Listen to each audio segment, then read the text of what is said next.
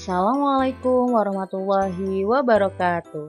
Selamat pagi teman-teman semuanya. Bagaimana kabar kalian hari ini? Semoga kalian semua dalam keadaan sehat dan tetap semangat belajar. Bertemu lagi dengan Ustazah di tema baru yaitu tema 5, menumbuhkan sikap menghargai jasa pahlawan, subtema 1, perjuangan para pahlawan. Sebelum belajar, kita sama-sama mulai dengan membaca basmalah. Bismillahirrahmanirrahim. Teman-teman, hari ini kita akan belajar muatan IPA, yaitu tentang mengenal sifat-sifat cahaya. Cahaya itu sangat penting bagi kehidupan kita, karena dengan adanya pantulan cahaya, kita bisa melihat benda-benda yang ada di sekitar kita. Tentu saja dengan bantuan alat indera kita, yaitu adalah mata. Sifat-sifat cahaya yang akan kita pelajari hari ini yaitu yang pertama, cahaya merambat lurus, yang kedua, cahaya dapat menembus benda bening, yang ketiga, cahaya dapat dipantulkan, yang keempat, cahaya dapat diuraikan, dan yang kelima, cahaya dapat dibiaskan. Kita masuk ke materi yang pertama yaitu cahaya merambat lurus. Cahaya merambat lurus apabila melewati satu medium. Di sini contohnya seperti cahaya yang lurus ketika melewati celah-celah goa atau ketika melewati genteng-genteng yang ada di rumah kita atau celah-celah dari jendela yang ada di kamar kita. Hal ini membuktikan bahwa cahaya dapat merambat lurus dalam satu medium. Contohnya mediumnya adalah udara saja. Yang kedua, cahaya dapat menembus benda bening.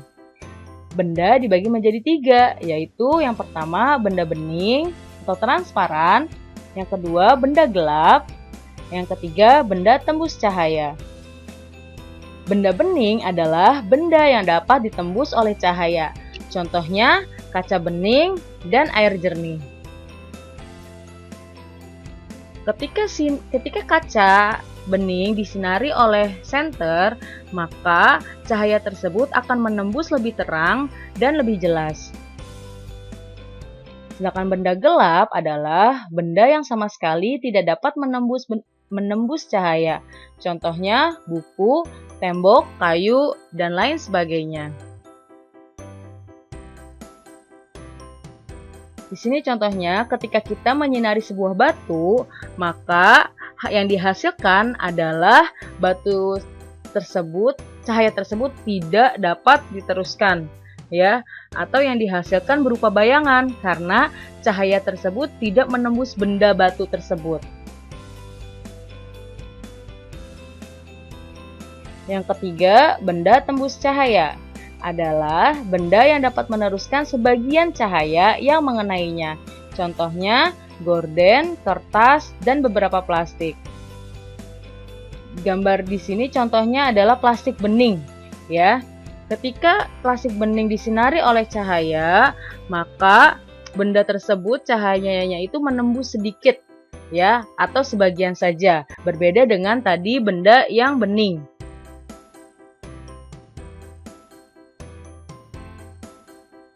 Yang ketiga, cahaya dapat dipantulkan. Pemantulan atau pencerminan adalah proses pancarnya kembali cahaya dari permukaan benda yang terkena cahaya. Contohnya, di sini cermin datar.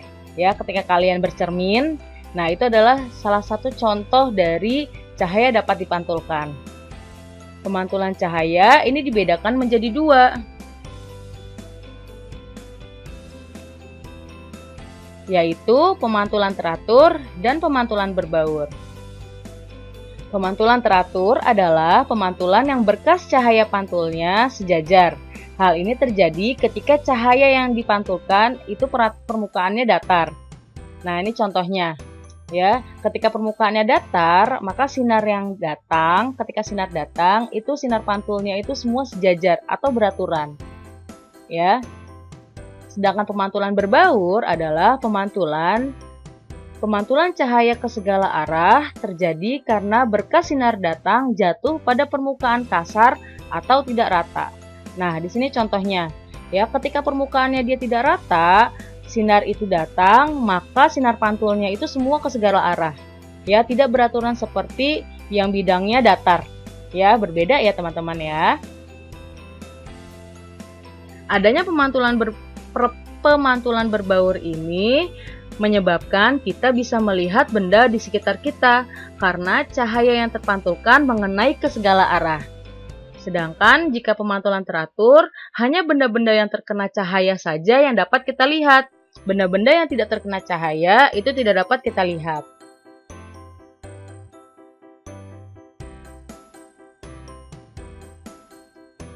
Selanjutnya adalah cahaya dapat dibiaskan.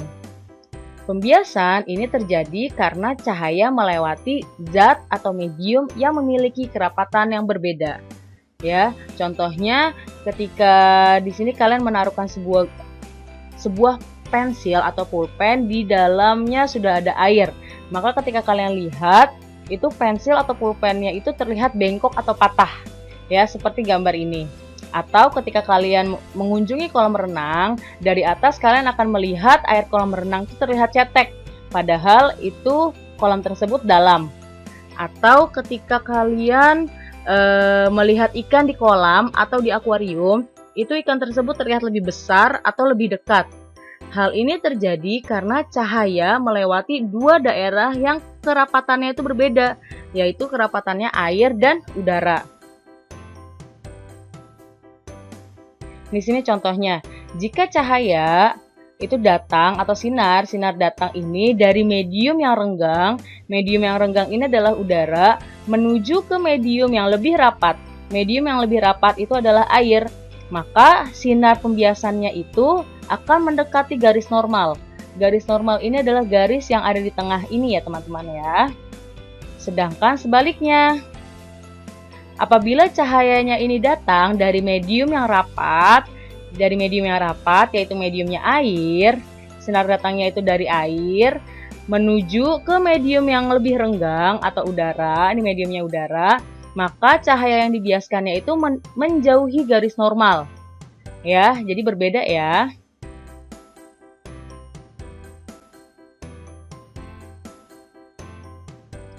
Selanjutnya yaitu cahaya dapat diuraikan. Peristiwa penguraian cahaya putih menjadi berbagai warna disebut dispersi cahaya. Di sini contohnya terjadi ketika pelangi. Asalnya pelangi itu sinar matahari berwarna putih, tetapi karena terkena titik-titik air, akhirnya berubah menjadi pelangi yang banyak warnanya. Atau ketika kalian melihat kepingan CD, nah itu akan terlihat seperti adanya pelangi di atasnya ya. Kalau kalian pernah melihat CD, pasti kalian akan melihat ada banyak pelangi ya, ada beberapa pelangi di atas kepingan CD. Itu terjadi karena ada cahaya dapat diuraikan. Oke teman-teman, itu saja pembelajaran hari ini. Semoga pembelajaran ini bermanfaat dan dapat dipahami oleh kalian semua ya. Ustazah ucapkan terima kasih karena kalian sudah menonton video ini dari awal hingga akhir. Kita akhiri dengan membaca hamdalah. Alhamdulillahirrabbilalamin. Wassalamualaikum warahmatullahi wabarakatuh.